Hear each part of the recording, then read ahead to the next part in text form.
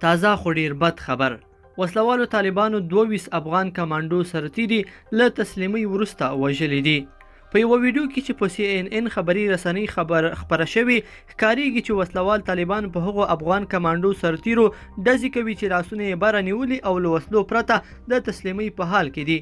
په دغه خپره شوې ویډیو کې په څرګنده ښکاري چې له کمانډو سرتیرو سره وسله نشته او د طالبانو پر لور په آرامه روان دي چې په ناتاره پرې طالبان د الله اکبر نارو سره ډزې کوي او لږ تر لږه تر 10 زیات مړي کوي او په مخ کې اچوي.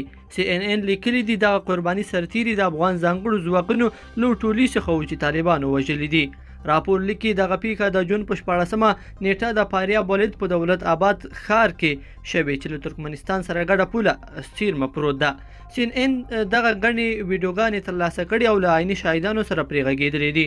په ویډیوګانو کې ښکارېږي چې د ښار د نیولو پر سر له سختې جګړې وروسته د کمانډو سرتیرو ګڼ شمېر مړي له مارکېټ څخه د باندې پراته دي.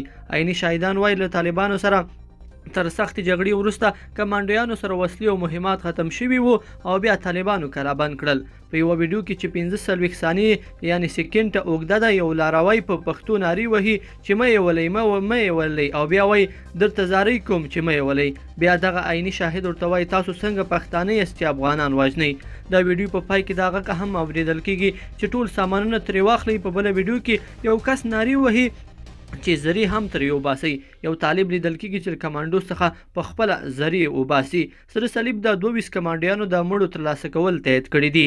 د سرتیرو د دغې وژنې پیښه د طالبانو د هغو هڅو پر ضد دي چې غواړي داسې وښایي چې تسلیم شوي سرتیري نه وژني.